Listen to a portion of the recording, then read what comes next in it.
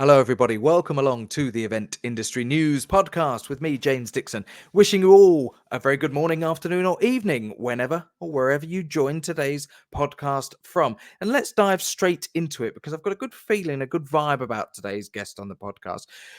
Recently, we've talked about the subject of recruitment, and we're sort of, I suppose, in some respects, going to extend that a little bit further because we welcome Mr. Jamie Leonard. Jamie is our guest today and is the founder and CEO of Recruitment Events and Recfest. Jamie, welcome along to the Event Industry News podcast. Great to be on, James. Thanks for having me. Not a problem at all. And as I said to Jamie off air before we hit record on today's episode, he's a standing up guest, a stand up guy, to quote Goodfellas. And great to have you along. And I've been doing a little bit of digging, not too much, because I never like to do too much because it takes away maybe asking some of the obvious questions when I'm recording these, but into Recfest. And when I looked at it pre-recording, I thought, that's interesting. I didn't know that even existed and that it served that marketplace. So, without drawing any assumptions and conclusions from what I've read, Jamie, tell us a little bit, first of all, about Recruitment Events and what Recfest is. Yeah, sure. So Recruitment Events was a company started by myself and my wife around 8 years ago. Our industry was notorious for very bad events at that point, not just in our space, but in really any industry. It was very much the beige walls, the hotels, the regurgitated content, and a warm glass of red wine afterwards for networking. And we just thought that we could do better. And we've always been a big fan of events, but more kind of festival style events, B2C event style. And we just thought we could do something different. We went out to market in 2011, I think it was. We went out to market with a series of small buyer-seller speed meeting events, which were easy for us to launch, low barrier to entry, didn't take a bunch of investment. We were shoestringing the whole way. And through that, we created a bit of a brand for ourselves. Recfest was our foray into the big event space. We once overheard a few of our sponsors talking at one of our events, and one of them said, "These guys are fine, but they'll never be a big event company. They're not going to be like X, Y, and Z events in this space." And that's red rag to a bull with myself. Not a massive fan of being told what I can't do. So we went to market in 2014 with a very small festival style event. It wasn't a festival. It was a conference room still. I think we put down AstroTurf and everyone turned up in shorts and t-shirts, and we begged 100 people to walk through the door. And that was really the start of Recfest. And since then we've been on an 8-year journey that kind of come together, and we hit that kind of realization point this July when we had 4,000 recruiters in Knebworth House, which is a fairly iconic location. Yeah, if you're gonna, going back to that conversation about there'll never be a big event organizer, to then say, oh yeah, 2022, where were we? Oh, Knebworth. That's pretty good, And there are a few other decent names there this summer. Yeah, one or two. We played follow up to Liam Gallagher, so we had some issues with that. The crowd at Liam Gallagher's event was slightly unruly, and at one point the local council were going to pull the event license from Knebworth House, which would have been a bit of an issue for us, considering it was 2 weeks before the event. But luckily they didn't. Oh yeah, that would have been monstrously unfair to pull a license for an entire site based on the audience of one of the gigs there, and surely when they license it for a Liam Gallagher concert of 100,000 people, they know what they're going to get. They know what they're going to get in the event. But anyway, that's a whole other subject. So, I do like to break things down into layman's terms and make sure that people are, listening and tuning into this are completely on the same page.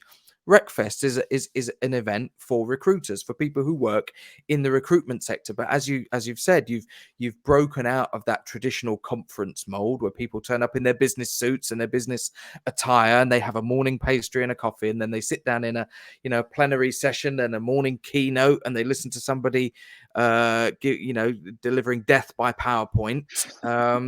Presumably, you've got to retain a level of educational content and informative content for these people who want to learn, who want to expand their understanding and their knowledge and their place within the recruitment industry. So you still need to deliver that content, but how you sort of making that more exciting? Coming to the speakers, I suppose, first of all, because they surely must play a critical part in the people who are actually speaking to your audience and delivering content. How do you work with them to sort of really make sure that the content they're delivering is engaging and in keeping with this festival atmosphere that you've created? Yeah, sure. I'll sort of break it down, the event itself. So, pardon me. So the event is part conference, because this year we had over 100 speakers. So you've got the high value speaker content you get from, the big conferences in most industries. You've got the trade show element as well, because Recfest at the heart of it is a trade show. This is a place people go, buyers, sellers go to connect, they go to see products, they go to meet existing clients, especially after the pandemic. No one's doing meetings at the moment. And they go to find out about new technologies. It's wrapped up in a festival feel. So what you get is the buyer-seller placement of a trade show. You get the content of a conference, and then you get that emotional anchor of something like a Comic-Con or a Glastonbury. And the reason for that is, I suppose when I first started going to festivals, the bit I used to love about festivals, and I love music, but I used to love the human connection more. It's that idea that there's escapism. It's the idea that there's no judgment. It's that everyone can be their absolute best self and be who they want to be without fear of criticism. And I love that, because I think it creates stronger relationships. And, I remember thinking sort of, many years back, what if we can overlay that onto a trade show and a conference? If you can build that relationship between buyers and sellers and co-workers and influencers, that's as strong as you get at something like a festival or a Comic-Con or a Burning Man or a Fringe festival, something more like that, then you've got something quite powerful there. Yeah. And that's kind of the crux of what Recfest is. It's all three of those things mixed into one. And what it really allows for is, when those buyers and sellers are building those relationships, it's formed on a more personal level. So that's what we've seen in 2019 and this year, that personal relationship, that shared experience that you get at something like Recfest that you don't get at a usual trade show or a conference. In terms of speakers and what we do there, I mean, we had about 500 applications to talk. We work closely with every speaker to make sure we're covering every facet of talent acquisition and recruitment. We had 10 different stages this year, and each stage was themed something different. So it was employer brand, candidate experience, sourcing, technology, leadership. And what that meant was, if you're really into employer brand as your job, you can just go to that one stage, and that's you done for the day. That's all your content. Those are your people. That's your tribe. If you're someone that's more generalist and want to hover about, you can do that as well. What it meant as well, which we saw this year for the first time, which was great, we get big teams coming to Recfest. So we get 20-person teams, 30-person teams, and they all sort of, go out and do all of the talks. And then the following week or the following day, they get together and say, right, we saw all the content. What can we start to use now to build our teams? And it includes the vendors they've met as well. What technology did we see? Who did we demo that we want to follow up with? So, you're seeing these teams turn up. They go and consume the content. They meet the vendors, and then they meet back up again a week later and start to pull together. Okay, this is what we can take away from our event.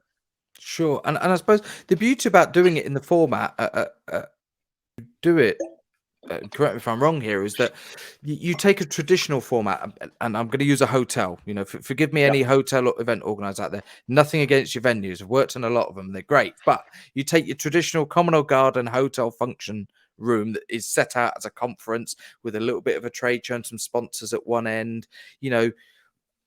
It can sometimes not very engaging. And, generally speaking, the people who are sent out there, you're not going to send the whole team of people there for a start. You might send one or two, and the next day they come back into the office or wherever they're based or on the team's meeting, and everyone's snowed under with their usual day-to-day workload. So they don't really get any feedback as to what those people who went to the conference actually learned and gathered. It might filter through the organization slowly over the next week, following weeks or months. to be able to have teams of people there who learn, who go to different sessions, and then who all are on site and able to get together in a social environment in some respects to actually debrief and share that, strikes me as straight away they're going to be retaining that content a lot better than they would in the more traditional format. Yeah, 100%. I think before the pandemic, a lot of events become transactional. They were almost fast food events. Yeah. People will go to them because it got them at the office, and they can come back with a swag bag and have a few drinks afterwards. And yeah, it was great. But how much does it change then? We've always said we're not looking to 180 people, but if we can move them 5% on their dial in terms of their thinking, you've made a difference. If you can't make a difference as an event organizer, why are you doing it? If you're doing it for sponsorship money, it's a short-term gain, and you'll fail. You need to be able to change people's perception. That's what events and experiences do. And I think, yeah, absolutely. By bringing the whole team together, it allows for that content and those connections to be a lot more sticky, because it becomes a team thing. The whole team are coming back and going, right, what are the 5 things we're going to action out of this? And then, then that gets passed down. And I think it makes people more accountable as well. Rather than one person going, yeah, it was fine. I saw some talks. They're going to send me a presentation, and then the deck sits on the person's desk for the next 6 months and never gets looked at. It makes it way more accountable, because everyone's there and everyone's saying, right, we've all agreed on these things we're going to follow up on. And I guess as well from a retention point of view from staff, recruitment agencies, recruitment companies who have big teams of staff, the sort of paradox there is that they're looking to help industries who are maybe struggling to recruit new employees, but they themselves have also got to keep one eye on retaining their own employees and retaining them within the recruitment sector and working in that industry. So there is as much a need for them to keep the staff, I suppose, not entertained, but do things like this from a team bonding point of view, so that people who work in that sector say, look, I want to stay in there, because one of the highlights is Recfest every year. Yeah, absolutely. I mean, we always say, if HSBC can't hire enough recruiters, what chance have they got of hiring the people they need to run their businesses?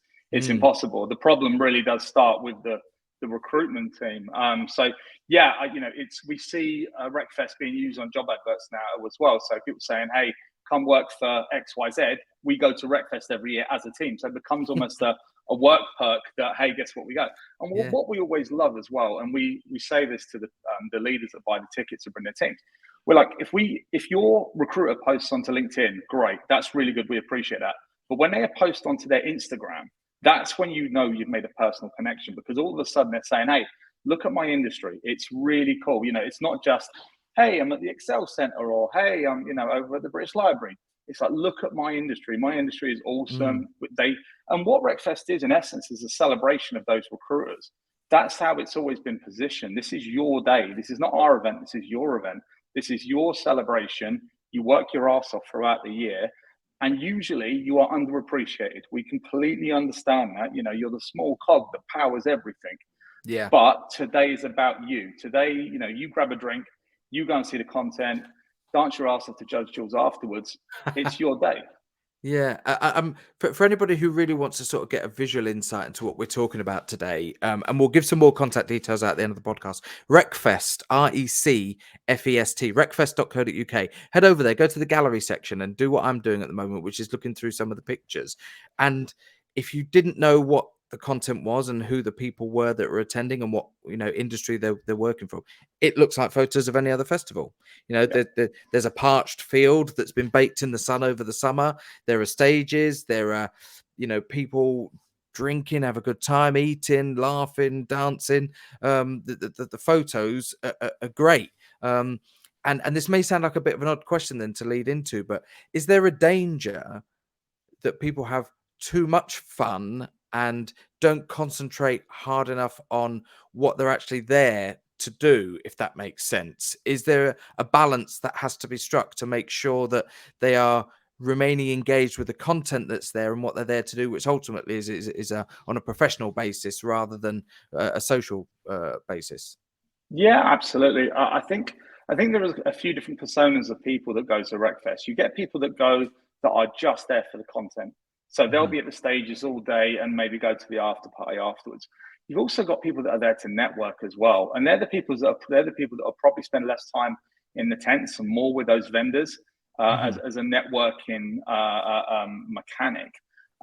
But yeah, absolutely. You know, I think people are responsible. People are coming as their business. You know, they appreciate that this isn't them going to Glastonbury per se, and most of them will be there with their. I think because they're with their teams as well. There's an accountability point thing as well, where it's like I don't want to show off and show up in front of, you know, my team. So I think there's a fine line. I don't think we cross it. I think there's probably some people that cross it, but for the most part, people understand it's you're there to work, and then, you know, there's a social element afterwards. Yeah, absolutely. Let's get into some of the sort of the production, the delivery elements, because I'm sure they will interest, you know, people who are listening to this today. And for clarity, this is a 1-day event. You know, this is arrive in the morning, leave in the evening. So it's a festival. It's a 1-day festival. So there's no camping and campsites and those sort of things involved. But you mentioned that there are 10 stages, for example. You know, from a production point of view, you will have exactly the same challenges as any other festival and outdoor event. That is taking effectively a blank site and turning it into something. How much has it grown? You know, pandemic notwithstanding, you know, that sort of period of a couple of years where inevitably things probably had to go on hold. But 10 stages this year. What was it last year? What was it in previous years? And how much is it growing year on year? So from year one, we've doubled every year. So we doubled from 100 people, 200 people, 400 people, 800 people. I think we went to 1,500. Then in 2019, we were 3,000, and that was the biggest event we've done. It put us kind of top 5 or maybe top 3 events of our size in our industry in the world. Pandemic obviously happened, shut things down for 2 years. We were aiming for 3,000 people for this event. We got to 4,000, and we could have sold more. There's a few reasons for that. Number one, people haven't been doing events, and, you know, if you've got something unique, people want to be there. Recfest is a destination event. It's not one of your transactional, okay, there's another conference next week. I think one of the biggest things that have helped us, though, is work from home, because people have not been together with their teams for the last 2 years. So it's an opportunity to get everyone together. So bring your team of 20, bring your team of 30 together and have that team bonding day in the education day. So that really drove our numbers up for this year. We could have easily done 5,000, but we capped it off. And I'm glad we did, because, you know, we had some challenges with check-in. The technology we used didn't work, unfortunately, and we had some issues there. And I'm glad we didn't go to 5,000. But yeah, no, at 4,000, it's the largest event in the world for talent acquisition. There is nothing bigger. Yeah, I mean, production-wise, we work with a great company. So we work with a company called We Are the Fair. Of course, And they build mostly consumer events. Yeah. So, you know, coming to them with a B2B challenge as a festival was, you know, they were like, okay, this is different. Let's see where we go. And, you know, they've been great, really, really happy with the work they've done. And they've done a brilliant job of mapping out that entire site and making sure the logistics worked and making sure that, you know, we're putting up, you know, in essence, 10 brand new structures. So that's a process in itself. Stuff like putting your own Wi-Fi, your own water, that comes with some serious challenges. But no, the guys at We Are the Fair, absolutely fantastic. Yeah, we've had you know, various guests from We Are the Fair on the podcast over the year. Nick Morgan's been on a few times, and obviously Nick has. I've come across him at many different events as well over the last few years as a speaker and as an attendee. So we know them very well. And tell me, in terms of some of the challenges that the industry's been facing, in terms of products, in terms of equipment hire, you know, the companies that supply the infrastructure to outdoor events, you know, ironically are suffering from recruitment issues themselves and not enough bodies on the ground. Given that this is a 1-day event, were there any issues in terms of getting the equipment and getting the actual infrastructure that you wanted? Were there concessions that had to be made, or generally speaking, were you able to source, you know, along with you know, We Are the Fair, you know, the stuff that you wanted for the event? Yeah, we got everything we wanted. I'm not going to say it was easy, because that was Nick and his team's job. So I'm sure there was a lot of pain behind the scenes they probably didn't let us know about as the client. And we thank them for that, because, you know, we were doing the front end stuff, i.e. sponsors and delegates and stuff. So I know there's been issues. I mean, we've already started booking stuff for next year and the year afterwards, because some of that market's been decimated. So a lot of them companies are no longer there because of the pandemic, and obviously from a staffing point of view, that's an issue as well. So yeah, I think anything anyone can do to get this stuff booked well in advance is definitely worthwhile doing, because it's not easy sourcing what you want out there at the moment. And it strikes me as well that you sound confident in your marketplace, given the growth that you've experienced as an event. Some events are hesitant to do to take the advice that you've just given, because they actually don't know if their event is going to run next year until they put the tickets on sale. They don't know how many they're going to sell. They don't know what the uptake is going to be, and without that uptake, they can't commit to budgets. They can't commit to booking infrastructure and all the things that they need. Again, correct me if I'm wrong, you seem and you sound pretty confident in your event and in the numbers and in the growth, that it wouldn't surprise me if you've already, looked at stuff for next year, booked it, sorted it, knowing that you're probably going to grow again. Yeah, I mean, we live in a little bubble, so I think we're confident because we're very unique, and because we have the hearts and minds of our industry, and because we are that event where, we're the first one in the diary for anyone in our industry, certainly in Europe. I think where other events are maybe struggling a little bit at the moment is, like I mentioned before, back in the day, before pandemic, you had to get people out of the office to attend your event, and that's a relatively easy process. Nowadays, you're trying to get them out of their house. That is a lot different. You're fighting against their childcare, all their processes and all their kind of systems they put in place in their own home, as in, you get the kids at this point, I'll walk the dog at that point, we'll be here for the Amazon man. You're challenging people to break that. And that is so more difficult than it was before. The events have to really offer something unique. If not, people are just not going to attend. So I can see why other event companies that are maybe doing the same thing they've always done and doing something that has been replicated in the industry multiple times, why they'd be looking at going, I don't know whether or not, people are coming back next year. That's such an interesting take. Now that when you frame it like that, is that I remember 16, 17 years ago, early to mid 20s, and I would go into an office every day to sell advertising for a publishing company, and if somebody offered me the opportunity, there's a conference next week, do you want to go out for it? Yeah, fantastic. And it would have been easy, because I would get up, I'd go through my normal morning routine, and instead of going into the office, I'd disappear off to a conference for the day, and then I'd come home at 5-6 o'clock exactly as I normally would. The way that you've just framed it there, the challenges of actually stepping out of your house now, like you said, one of the major benefits that the employers have seen in people working from home is that productivity has gone up, because they're given a level of flexibility that they don't have working 9 to 5 in an office environment. They can pick the kids up from school and come back and then cook dinner and then do a load of emails between 6 and 9 o'clock in the evening if they want to. Getting them out to a day event is a much bigger challenge now than asking them to leave their office. And it's just interesting the way that you've framed that, and why obviously that has its positives and negatives from a marketing point of view. And on that subject, again, this is something we've spoken about the podcast recently, is marketing events. How have you gone about marketing it, I suppose? And it's a very broad question, but in terms of channels, is it difficult to get to the market, or how are you actually sourcing the audience, given that it is a very, very niche audience of people that you are effectively marketing your event to? I mean, first of all, I'd say we have a fantastic marketing department. Our guys are really, really good, and they were operating on a very high level for this event, hence why we had 4,000 people walk through the door.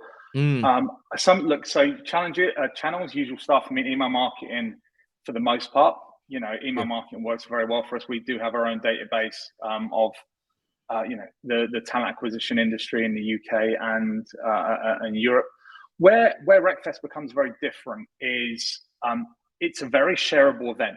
Pre-event, day of event, and post-event. It's very, very shareable because it's unique, because it looks different, and because people have that almost that brand loyalty that's almost quite cult-like. It's like a cult brand almost. So in the build-up, you see a lot of people posting, hey, and we gave them the assets. We set up the system, a lot of people on LinkedIn, and our audience is all LinkedIn. Twitter doesn't work for us. Facebook doesn't work for us. Instagram doesn't work for us. I don't even know what TikTok is, I'll be perfectly honest with you. But it's LinkedIn works really well for us because all the recruiters are there, because ultimately it's a recruitment platform. So we gave people the assets to share the fact that they're going to Recfest. And it worked really well. You know, every day there's 20, 30 people posting, hey, I'm going to Recfest next week. Who's coming? And you can't buy that advocacy. You can't buy that ambassadorship. It's something you have to earn as an event. You have to give people the tools, build the brand, show something unique and say, right, now we're going to shout about it. And it's almost that thing of, I'm trying to compare it to another event, but there's almost a sense of FOMO or pride in the fact they're going. You know, hey, I'm going to Recfest. Is anyone else going? Oh, you're coming as well. You know, it's almost seen as a badge of honor. You hear people talking nowadays. Oh, did you go to Recfest this year? Oh, no, you didn't. Oh, you missed something. You know, if you can build that into your event, then your marketing, and I'm not saying it become easy because my marketing team do a great job, but your audience becomes your marketeers, and they become your brand ambassadors, and they're the ones going out flying the flag for you. On the day of the event, there was over 2,500 individual posts on LinkedIn under the hashtag Recfest 2022. Yeah, don't take my word for it. Go and search it. I physically couldn't get through all the posts across a week afterwards because it's just such a shareable event. You're giving people what they need to go and use that 2 or 3 posts they make a day, and one of them is Recfest. So I think that's really, really important. And I suppose the beauty about that is it's a competitive marketplace, the recruitment sector, in terms of the agencies that are working within there. They're all fighting for business and all fighting for clients to come to them. So if an agency sees another agency that they know are a competitor posting about their great experience at Recfest and they've not gone, that's great business for you, isn't it? Because there is instantly going to be that carrot dangled to say, oh shit, we need to be there. Yeah, well, the commercial team work off 100% inbound inquiries. They haven't made an outbound call in 6 years. It's all inbound from the exhibitors, stroke sponsors. It's anytime a vendor comes into the market, you know, the first thing they want to know is, okay, what's Recfest and how do we get involved? Because it is seen as a sort of the front running event. So, you know, we work off referrals. You know, we don't have really an outbound sales strategy. It's what comes through, and that's because of the reputation Recfest has. Absolutely. Well, one thing else, another thing that I wanted to ask you, and with one eye on time today, because we're getting towards the end of today's episode, but I know a business local to me where I'm based in South Yorkshire, and that they are work in the construction sector. So a friend of mine who's the MD, they're looking to recruit 5 people at the moment. Is Recfest necessarily for recruitment agencies and people who work specifically in recruitment, or can it be for businesses who might have a number of positions to fill who maybe are struggling to do that because, you know, historically that they've only ever needed to recruit maybe one person every few years? For a company like him that's suddenly needing to recruit 5 people in a relatively short space of time, is there stuff that they could learn from coming to the event? Yeah, so I suppose just so to clarify, because our industry is a little bit weird in terms of where it breaks down. So recruitment consultancies in our space, we would consider the vendor. They're the seller. So they would have a stand at Recfest trying to connect with the audience. The audience we have are employers, in-house recruitment teams. So these are someone like Tesco's has a 200-person in-house recruitment team, and their job is to hire for Tesco. So that's the audience. So would there be, if they've got 5 roles across the year, they'd probably have a good time, but I'm not sure it'd be beneficial or a good use of time to attend.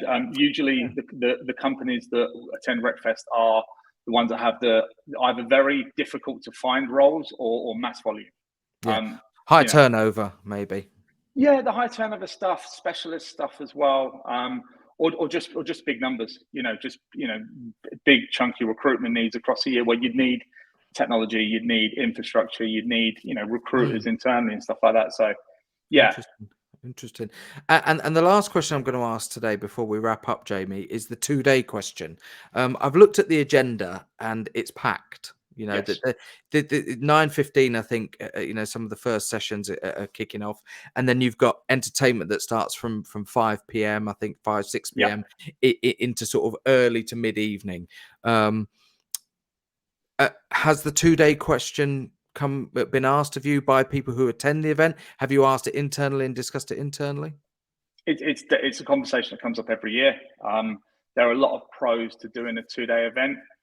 There are also some cons as well that we don't think we have the answers to right now. I think A lot of people have asked around the camping element of it, which I don't know whether our insurance would want to cover 4,000 recruiters camping in a field somewhere.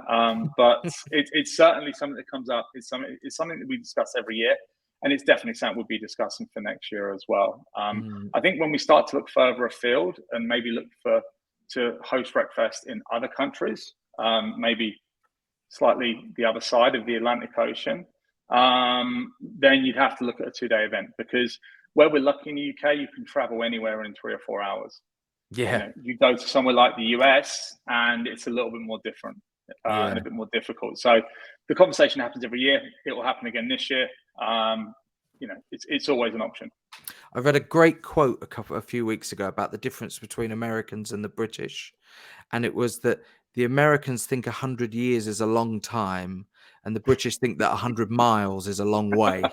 I love that quote. I love that. Yeah, I'm going to start putting that in my document. And I thought that was absolutely brilliant, because you're absolutely right. We are and we forget sometimes that we are fortunate in the UK that you could, hop in a car at 6 o'clock in the morning and be, 400 or 500 miles away, within 6 hours drive, all being well. It's not a vast territory to cover by train, road or plane. Whereas, as you said, you hop over the Atlantic, you're dealing with territories that are of a significantly larger area. The only, I suppose, the only thing that we always have to think about is how many people got coming from Europe, because that is a growing area for us right now. So it used to be predominantly UK. Last year, it was around 20% out of country, with the bulk of that coming from Europe. So that's a real caveat we'd have to start to consider, because obviously, if you've got people traveling by plane for 2 or 3 hours, then a 2-day event is a lot more appealing. So that's probably the bit that moves the dial for us, is what percentage of our audience is from outside of the UK, and that is growing. It's about 20% for this year. Mm-hmm. And in terms of anything you can reveal for next year in terms of location, are you staying in the same place, or are you going to sort of continue to move it around? So we've made a long-term commitment to Knebworth. It's a phenomenal venue. It's obviously quite iconic. Travel links were really, really easy there. Hotels were absolutely fine. We had no problem. You can get there from the north. You can get there from London. London's 20 minutes. You can come in from Peterborough quite quickly as well. So it works really, really well for us. And they were great to work with as well, by the way. The venue themselves were absolutely fantastic. So no, I think we'll be there. It will be bigger. I think the numbers will be going up. So logistics change a little bit. The map or the site venue will certainly change. And, I think you'll see a few more recognizable, I'm not going to say celebrity names, but recognizable names next year as we invest more into our speaker lineups as well. So there's a little bit there. Look, we're looking into the US right now. That's a big question mark, whether Recfest would work as an American event. We've got a lot of big conversations going on to see whether or not that would happen potentially next year, the year afterwards. So that's kind of where our thinking is right now. Excellent. It's been fascinating to talk to you. Our guest today on the Event Industry News podcast has been Jamie Leonard, the founder and CEO of Recruitment Events and Recfest. A real sort of great insight into an event that I had no clue about prior to today's podcast. But, like all sectors, these events happen. And finding ways of making them more engaging, more exciting, to increase those audience numbers and to serve that industry a bit better is always great to hear. And, I congratulate you, Jamie, on the work you've done so far in bringing this event to market. And long may it continue for you to be challenged by people that you can't deliver a big event or can't be a big events company. Woe betide the next person that says anything like that you may hear. We may be dealing with a behemoth in 10 years' time. So, congratulations. And tell us a little bit, if people do want to follow you on socials, on LinkedIn. I've given out the website already earlier on in the podcast. Recfest.co.uk is the event website, but if people want to follow you, how do they get in touch? Yeah, I appreciate the kind word, James. Thank you. LinkedIn is probably the best way to get me. Jamie Leonard, Recruitment Events Company. Best way to find me. Fantastic. I'm not really a Twitter guy. Not a Twitterer. And another shout out once again, if you want to really sort of get some visual I suppose, representation of some of the stuff that we've been talking about today, head over to recfest.co.uk, just drop down the menu and go to gallery. It's really easy to find, and just have a look through some of the pictures, and maybe it will just put into context a little bit about what we've been speaking on the podcast today. If you are listening to this podcast via one of your audio-only podcast platforms, don't forget that you can hop over to eventindustrynews.com and get the latest news, features, supplements, special features, special articles, daily news updates, and of course the legendary A to Z supplier directory on the eventindustrynews.com website, as long as video versions of all of our podcasts. Of course, in the opposite direction, if you are already on the website and you are watching today's video podcast, thank you very much for tuning in. Don't forget that you can go to wherever you get your audio podcasts from. Just search for Event Industry News Podcast, whether that be on Apple or Google, Spotify, and you'll be able to find us, subscribe, listen to all of the episodes of the podcast that we've done over the last 7 or 8 years, coming up to 300 episodes now, I am sure.